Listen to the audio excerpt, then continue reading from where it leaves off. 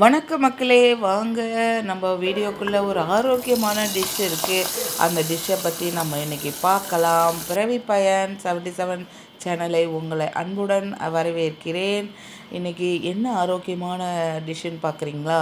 கீரை கூட்டு தாங்க. அதுவும் இந்த வகையான கீரை நிறைய சத்துக்கள் இருக்கிறதுன்னு சொல்லிட்டு செய்கிறோம். ஆனால் என்னென்ன சத்துக்கள் இருக்குதுன்னு சொல்லியே குழந்தைங்களுக்கு செஞ்சு கொடுங்க. அதே மாதிரி இந்த கீரை சில பேர் அது குளிர்ச்சி, அதை சாப்பிடக்கூடாதுன்னு சொல்லி நிறைய பேர் சொல்லுவாங்க.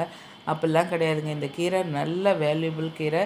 அதேமாரி கீரை வகைகளில் எல்லாமே நல்ல சத்துக்கள் நிறைஞ்சது தான். இதில் சுகர் ஃப்ரீ அது அப்படின்னு தான் சொல்லணும். ஏன்னா சுகர் பேஷண்ட்டு வாரத்தில் 2 நாள் இந்த கீரையை சாப்பிடுங்க. இப்போ நான் இன்றைக்கி இந்த கீரை ஒரு கட்டு கீரை வாங்கியிருக்கேன்.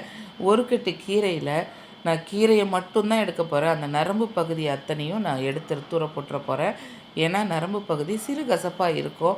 ஆனால் நான் எங்கள் வீட்டு குழந்தைங்கள்லாம் இந்த கீரையை மட்டும்தான் விரும்புவாங்க. அதனால் நான் அந்த தண்டு பகுதியை நான் எடுத்துடுறேன்.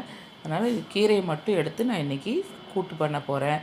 கூட்டு பண்ணுறதுக்கு நான் எல்லாத்தையும் இந்த ஒரு கட்டு கீரையும் ஆஞ்சி வச்சிட்டோம்னா இதை கொஞ்சம் டல்லாக இருக்கும்.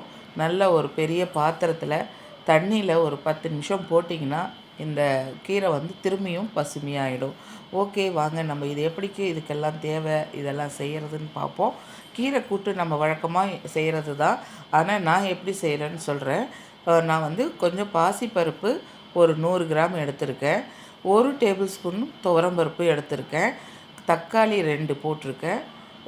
பெரிய வெங்காயம் 1, சின்ன வெங்காயம் ஒரு 3-4 சின்ன வெங்காயம், பூண்டு பல் ஒரு 5 பல் பூண்டு போட்டிருக்கேன். மஞ்சத்தூள் போட்டு நான் குக்கரில் போட்டு நல்லா வேக வச்சுட்டு நல்லா குழையவே வேக வச்சுருங்க. தக்காளி வெங்காயம் எதுவுமே தெரியக்கூடாது. வெந்த பிறகு நம்ம கீரையை எப்படி நல்லா தண்ணியில் போட்டு அலசி வச்சுருக்கிறத நல்ல பருப்பை நல்லா குழஞ்ச பருப்பில் இந்த கீரையை போட்டு ஒரு 2 நிமிஷம் நம்ம வேக வைப்போம்.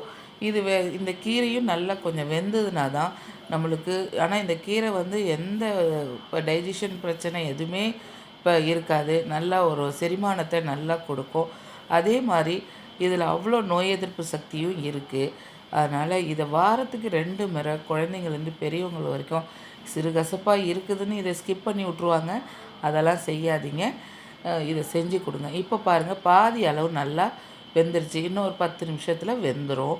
அதுக்கப்புறம் நம்ம வாணலில் கடுகு உளுத்தம்பருப்பு எண்ணெய் ஊற்றி கடுகு உளுத்தம்பருப்பு போட்டு காஞ்ச மிளகா 2 போட்டு, நம்ம வேறு எந்த காரம் இதில் சேர்க்கலை, மிளகாத்தூள் எதுவுமே சேர்க்கலை, மஞ்சள் பொடி போட்டு பருப்பை வேக வச்சோம்.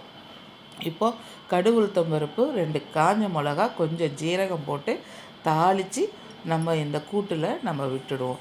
இந்த தாளிப்பு தாங்க இதுக்கு வாசனையே. இந்த ஜீரக வாசனையும் இந்த காஞ்ச மிளகாவும் போட்டு நல்லா ஒரு திருப்பிடுங்க.